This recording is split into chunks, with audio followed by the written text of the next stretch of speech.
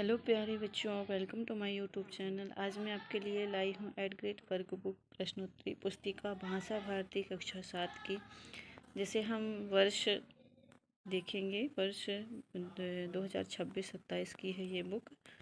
इसका आज हम 4 पाठ पढ़ेंगे, भरेंगे इसको। 2 कविताएं। इसका बहुविकल्पी प्रश्न पहला है, धिन धिन धा धमक धमक पंक्ति में अलंकार है। तो इसमें ऑब्जेक्टिव दिए गए हैं, उपमा, अनुप्रास, श्लेष या रूपक। उत्तर में आएगा अनुप्रास। दूसरा प्रश्न है, फूले कदम कविता में कवि का मन किसे छूना चाहता है। और ऑब्जेक्टिव दिए गए हैं, अंबर को, कंदुक को, कदम को, बादल को। तो आंसर में आएगा कदम को। मेघ बजे शब्द से आशय है। ऑब्जेक्टिव दिए गए हैं, बादल गरजे, बादल बरसे, बादल छाए, बादल नाचे। तो आंसर में लिखेंगे बादल गरजे। चौथा प्रश्न है, कदम के फूल के आकार की समानता है। चंदन से, मेंढक से, गेंद से, बादल से। तो आंसर में लिखा है चंदन से। उपसर्ग के प्रयोग से बना है। दादुर, दामिनी, हरिचंदन, अभिनंदन। तो इसका आंसर आएगा अभिनंदन। अगला प्रश्न देखेंगे, नीचे दिए गए शब्दों में से उचित शब्द चुनकर रिक्त स्थानों की पूर्ति कीजिए। प्रश्न छठवां है, मेघ बजे कविता में खालिस्तान ऋतु का वर्णन किया गया है। तो वर्षा ऋतु को। सातवां है, खालिस्तान का महीना बीतने के बाद कदम खिलता है। तो सावन का महीना। अगला देखेंगे, मेघ बजे कविता में हल खालिस्तान का इंतजार कर रहा है। तो किसका? किसान का। अगला देखेंगे, नौवां प्रश्न, दादुर का कंठ, दामिनी की दमक तो शेर की दहाड़। 10वां प्रश्न है, लालच शब्द में आई प्रत्यय लगाकर बनने वाला शब्द है। तो क्या बन जाएगा? ललचाई। अगला प्रश्न आएगा आदि लघुत्तरी प्रश्न। प्रश्न 11वां है, दादुर का कंठ खुला से आशय है। तो आंसर में क्या लिखेंगे? दादुर का कंठ खुला से कवि का आशय है। बादलों के बरसने में मेंढक प्रसन्न होकर टर्टर गाने लगते हैं। अगला 12वां प्रश्न देखेंगे, मेघ बजे कविता में दामिनी के दमकने से कवि का क्या आशय है। उत्तर लिखेंगे, जब बादल बरसते हैं तो बिजली चमकने लगती है। प्रश्न 13वां देखेंगे, मेघ बजे और फूले कदम कविताओं के रचयिता कौन हैं।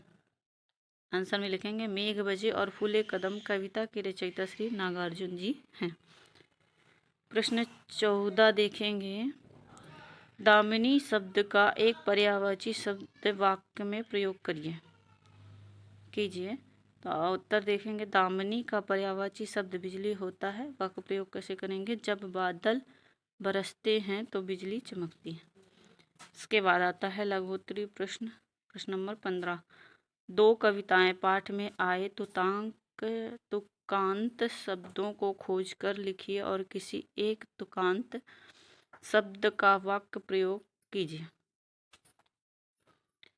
तो आंसर देखेंगे इसका, तुकांत शब्द लिखेंगे, चंदन, नंदन, बरस, तरस, रीता, बीता, चमक, दमक।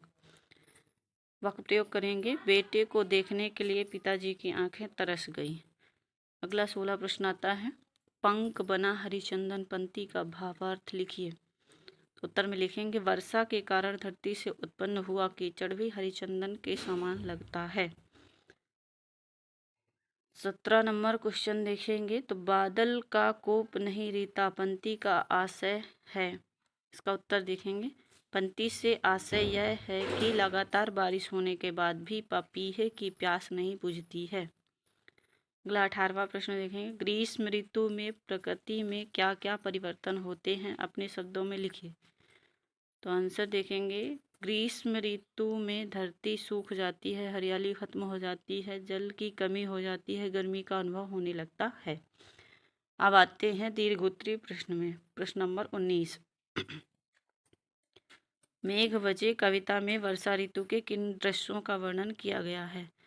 तो उत्तर में लिखेंगे, मेघ बजे कविता में वर्षा के कई रूपों का वर्णन किया गया है। मेघों के आगमन से धरती का हृदय धड़कने लगता है। पेड़ पौधों के झूमने का वर्णन किया गया है। अगला आता है प्रश्न नंबर 20, वर्षा ऋतु का वर्णन अपने शब्दों में कीजिए या लिखिए। उत्तर में लिखेंगे, वर्षा ऋतु के कारण प्रकृति हरी भरी हो जाती है, आसमान में काले बादल छा जाते हैं, बिजली चमकने लगती है, ठंडी हवाएं चलने लगती हैं, खेतों में फसलें लहलहाने लगती हैं।